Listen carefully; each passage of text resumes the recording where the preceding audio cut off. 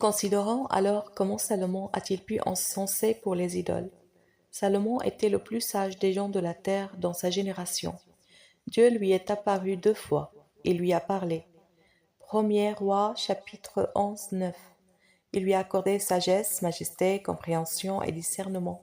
Alors comment a-t-il pu tomber dans cette étrange ignorance? Cela ne s'est pas produit d'un coup, sans doute, mais il est passé plutôt par des développements. La première étape consistait à épouser des femmes étrangères. 1er Roi chapitre 9 de 16 à 24. L'affaire s'est développée jusqu'à ce que la Sainte Bible dise « Et le roi Salomon a aimé beaucoup de femmes étrangères avec la fille de Pharaon, Moabites, Ammonites, Édomites, Sidoniennes et Hittites. » 1er Roi chapitre 11, 1. C'était contre le commandement de Dieu qui interdit le mariage avec des femmes étrangères au peuple de Dieu. Puis les choses se sont développées au point qu'il a construit des hauteurs sur les montagnes pour les dieux de ces femmes étrangères, afin qu'elles brûlent de l'encens et sacrifient à leurs dieux. 1er Roi chapitre 11, 7 et 8. Puis le péché de Salomon s'est terminé en tragédie, comme dit la Sainte Bible. À l'époque de la vieillesse de Salomon, ces femmes inclinèrent son cœur vers d'autres dieux.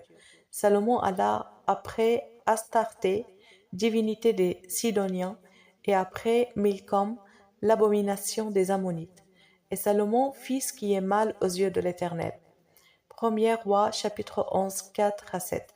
Tout cela s'est développé dès la première étape en épousant des femmes étrangères. La sagesse de Salomon n'a pas pu lui être utile car il avait perdu son humilité.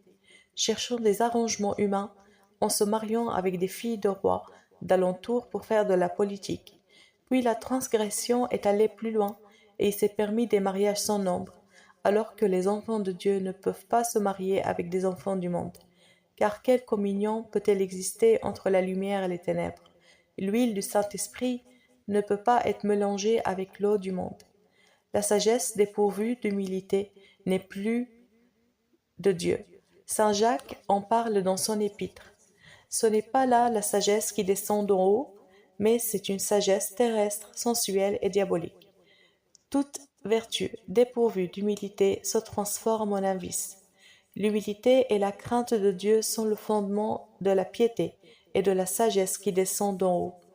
Continue l'apôtre. Cette sagesse est premièrement pure, ensuite pacifique, modérée, conciliante, pleine de miséricorde et de bons fruits, exempte de duplicité, d'hypocrisie. Salomon a écrit à la fin de sa vie le livre de l'Ecclésiaste, où il a regretté son péché, et il dit à sa fin, pour conclure ses paroles et tout bien considérer, crains Dieu et observe ses commandements, tout est là. Pour l'homme, Dieu mettra en jugement toutes les actions, tout ce qui est caché, bon ou mauvais. Béni soit votre journée.